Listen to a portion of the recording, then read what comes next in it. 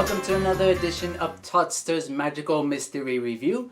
I'm your host Toddster, and today we're going to take a look at George Harrison's Cloud 9. Yes, got this on vinyl. Remember I used to show these vinyls? Yeah, seem to have it on in my collection.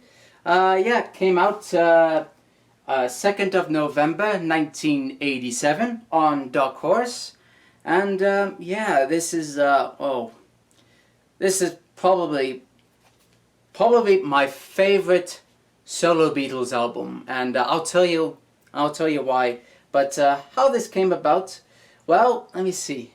It's been 5 years since George put out an album, and by that time, he was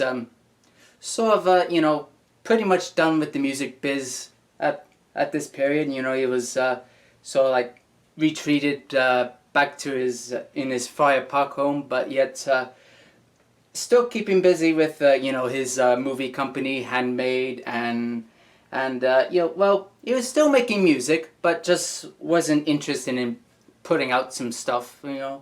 Once in a blue moon he may put out I think he put out a single or two during that time, and he also did a few very few concert appearances as well. And when it came to making this album, he decided to bring in Jeff Lynne from ELO, Electric Light Orchestra, to help co-produce this album. And what this came out is a fantastic album.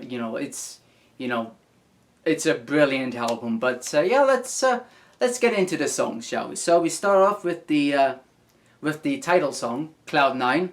9 is number 9, not to be confused with the Temptations song. It's a very bluesy song with a very positive message. Like sharing.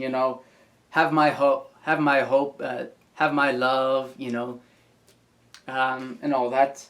And great guitar interaction with George and Clapton. George doing the slide guitar and Clapton doing his thing and all that. And then we move on to That's What It Takes. Probably my favorite song on this album. Co-written by Jeff Lynne and Gary Wright. It's another positive song, so like taking risk. But I love how each part is like on a different key. The verses could be like in G, and then middle eight could be like A sharp, and the chorus is like in C and all that.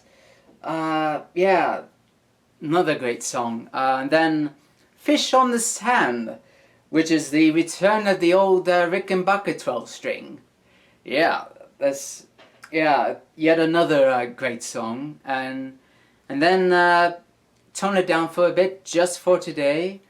A ballad that sort of pleads for positive thinking, just for today, let's not have any BS, just think, positive, and, at least just for now, and all that.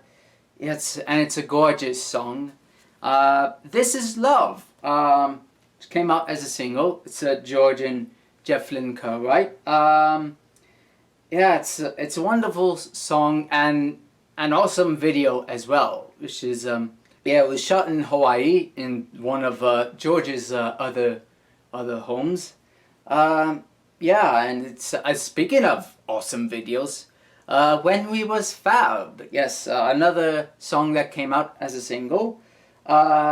This is like George's tongue-in-cheek little salute to his old Beatle days, with Ringo counting off 1, 2,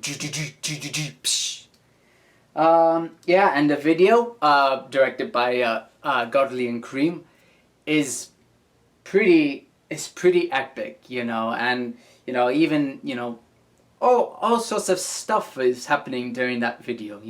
You see George in a split second in his Sergeant Pepper outfit, and then you see a left-handed bass player in a walrus costume. Who could that be? I don't know.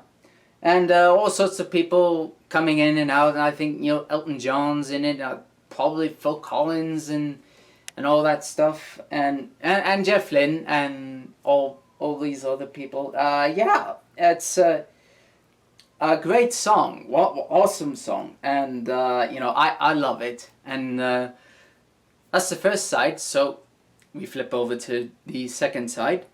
Devil's Radio. Yes, this is a song that sort of deals with gossip talk and tabloids, and I heard that George was inspired by some billboard that some church had put up.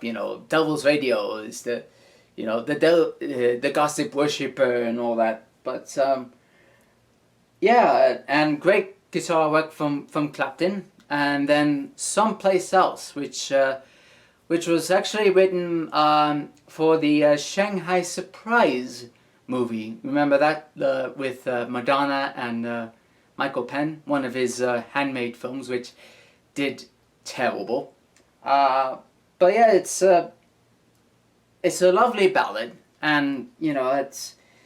But then we go into Wreck of the Hesperus, which is sort of like George's little commentary. I may be old, but I'm still here rocking and all that. Yeah, and sort of like talks about staying forever young and all that. Pretty good Creedence type riff in there. Then we go into Breath Away from Heaven, another song from the Shanghai Surprise movie. Probably its weakest song, but then we finally end the song with the big hit single, Got My Mind Set on You, which turned out to be number one for George in America. And as we're talking right now, the last number one hit by any solo Beatle, what is it, like 31 years ago? But yeah, this is an old James Way song, which probably was a big favorite of George's for a very long time. And yeah, it's a song that you just can't help but get up and dance, And even if you try to dance like George or the stunt double George in one of those videos, and yeah, and there were a couple of videos made, as probably the second one is probably the best well known, but where everything's all everything in the house is dancing, and you see the squirrel playing a pipe as a sax and all that. Yeah, and I do remember watching it on MTV all the time, and in fact my mom had this on a cassette. And I do remember like freshman year in high school, I used to play that all the time on my little Walkman.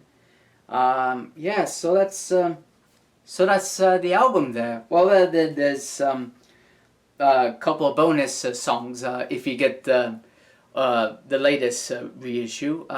Was it Shanghai Surprise, the movie title song, which George did with Vicki Brown, which I think was Joe Brown's wife, I think, and then Zigzag, which was a little instrumental B-side, which yeah, it's all right, but yeah, so that's the album there. So what to say? Well, as I said, it's probably my favorite solo Beatle album, and just one great song after another.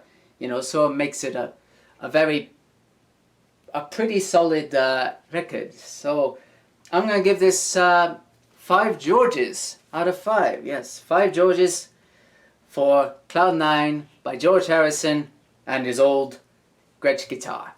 Yep, his Gretsch duo jet guitar that he played back in the Cavern days and all that. Yeah, so there you have it. So, my name is Toddster, and you just watched another magical mystery review. And we'll see you next time. Until then, toodaloo!